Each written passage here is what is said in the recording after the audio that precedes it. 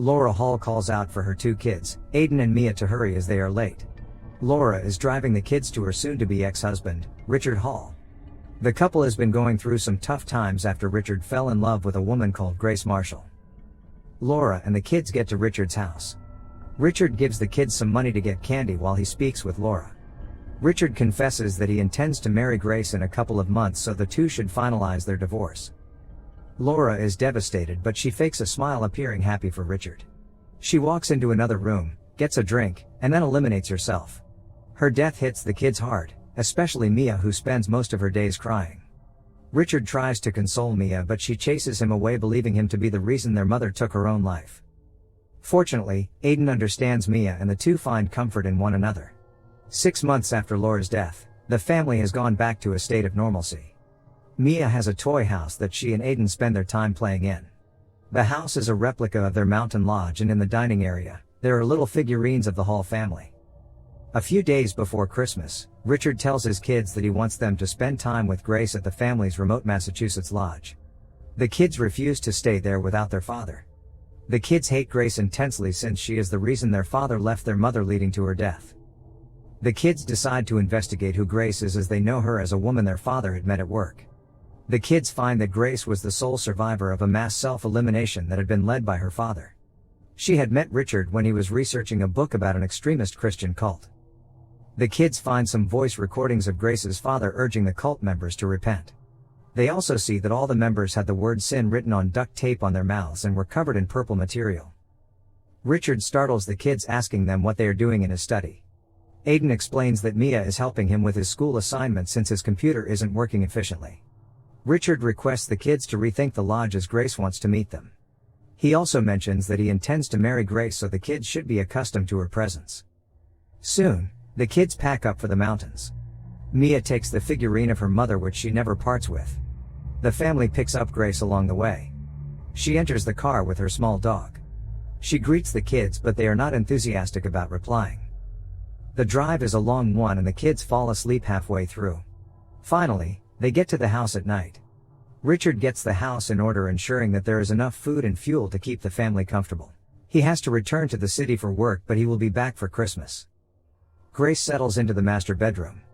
She has some pills that she normally takes, so she takes special care in keeping them. The family has dinner and Grace is shaken when the kids first pray before eating. At night, Grace's attention is drawn to the cross hanging by the wall. The house has a variety of Catholic iconography that makes her bothered, even though she does not show it. The next day, Grace wakes up to the kids playing outside in the snow. She joins the family, but the kids approach her and demand the hat she is wearing, as it belongs to their mother. Soon, Mia is playing with her figurine when it lands in water. Grace notices this and goes to help, warning Mia to be careful near that area. She offers to retrieve the figurine, but her weight is too much that the ice breaks, causing her to sink into the cold water. Luckily, Richard gets to her and takes her to the house to get some warmth. Grace rushes to her room to take her pills while Richard gets a call asking him back to work. Richard does not want to leave the kids with Grace feeling under the weather. However, Grace explains that all will be well and that Richard should fulfill his work obligation. Richard gives Grace his gun locker combination so that she can retrieve the gun if need be. The family says goodbye to Richard, who promises to be back soon. Grace calls the kids to help her decorate the house, but she gets no answer. She decides to do the decorating herself. Later, Grace asks Mia what she wants for Christmas. Mia says that she would like a bulldog.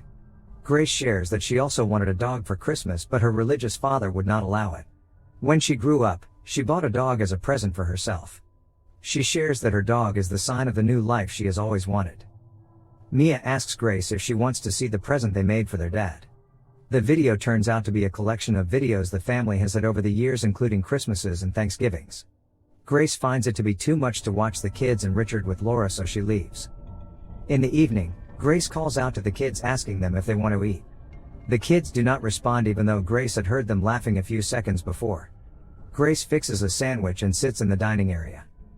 However, she cannot shake the thought that Mary's portrait is staring at her, so she removes it from the wall. Grace gets out of the shower to find an inscription on the mirror. As she rubs it away, she notices Aiden peeping at her through the open door. Later that night, Grace goes to the kids' room. She is taken aback by the little altar the kids have created for their mother. The silence of the night is interrupted when Grace walks to the piano and bangs on it loudly. She goes to the kids' room and sees Mia and Aiden sleeping together. On Aiden's bed, there is a body covered in purple material. Grace wakes up, thankful that it was a dream. She hears Mia calling out to her so that she can help her find her toy. Grace finds the toy stashed in a box under her bed. She cleverly hides the doll near her dog, making Mia believe that the dog had grabbed it at night. Grace approaches Aiden and rebukes him for peeping at her in the shower. Later, Aiden makes some hot cocoa for Grace. When Mia complains of being cold, Aiden offers to light up a gas heater. The three watch a movie, but the noisy heater disturbs Grace. Grace also wonders if it is safe for the heater to be in the house, but Aiden reassures her. Grace wakes up outside. The ice suddenly breaks and she finds herself drowning. She tries to get back up, but her father is in the water with her and he pulls her down. During the struggle, Grace wakes up from the nightmare in the kids' room. She tries calling her phone, but the phone is off. Grace tries the switches, but the lights are down too.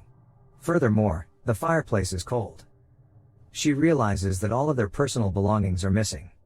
Even the food supplies are gone too. She is devastated when she finds her pills missing and assumes that the kids are joking. However, when she finds that their stuff is missing too, including Mia's figurine, she believes the kids. She is also shocked to learn that she has been sleepwalking every night. Aiden tells Mia that he had a dream of the gas heater malfunctioning and they had all suffocated. The three try looking for Grace's dog, but they cannot find it. Grace packs up a few things, intending to go to the gas station and get help. Aiden advises her not to go, but Grace does nonetheless. Grace walks for a while in the harsh weather. Soon, she comes across a cabin shaped like a cross. Grace approaches it, hoping to get help, but she freaks out when she sees her father beckoning to her. She continues walking, eventually going back to the lodge. By the house's entrance, she sees some footsteps leading up somewhere. She finds some flowers and pictures of Aiden and Mia. The kids open the door and allow her to come inside. Aiden looks at the picture, which has the words "in loving memory" beneath it. Aiden believes that the three have died, but Grace questions this, as a dead person cannot feel cold, hunger, or emotion.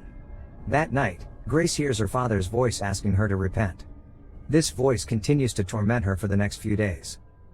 Grace comes back to the house to find the kids praying fervently.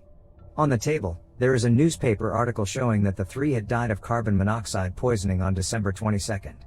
This explains why Grace had found the clock's dates fast-forwarded to January 9th. Aiden asks Grace to repent, but Grace refuses. To prove his point, Aiden hangs himself. Grace watches in shock as Aiden starts talking despite having a noose around his neck. Grace prays under the very portrait she had placed down, but her father's voice keeps on tormenting her. In an empty room, we hear the voice coming from an old radio. Shortly after this, the kids watch as Grace sinks into depression. This increases after she finds her dog frozen to death. She enters a catatonic state, refusing to leave the porch. The kids confess that everything was a prank, including the recordings, stealing the items, and the hanging.